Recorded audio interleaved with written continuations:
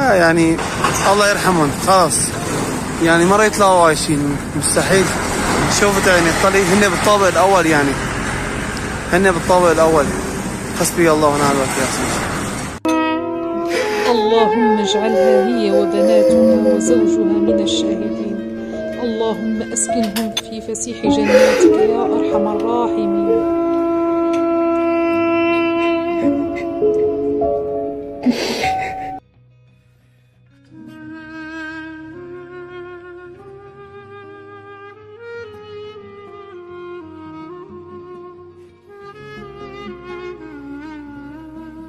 مثل ما عم نشوف هون في تحت البناء أب وستة أطفال وزوجته. الأب عم يصرخ إنه تعوا طالعوني أنا على قيد الحياة. مع الأسف شفنا أطفاله كلهم مستشهدين، زوجته أيضا مستشهدة.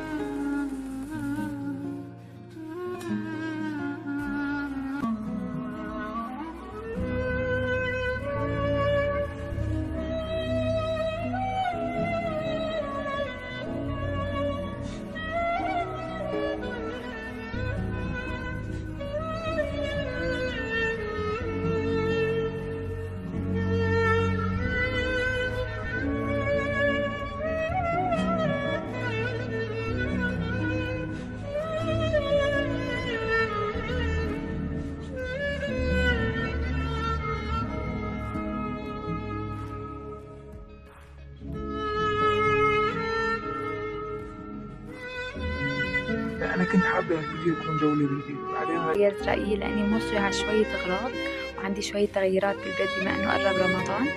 يبقى قلت بالمرة قبل رمضان بعمل هيك تنظيفة وبعمل شوية تظبيطات بالبيت، والأغراض بوصلوني بصور بالمرة جوالي إذا الله راد.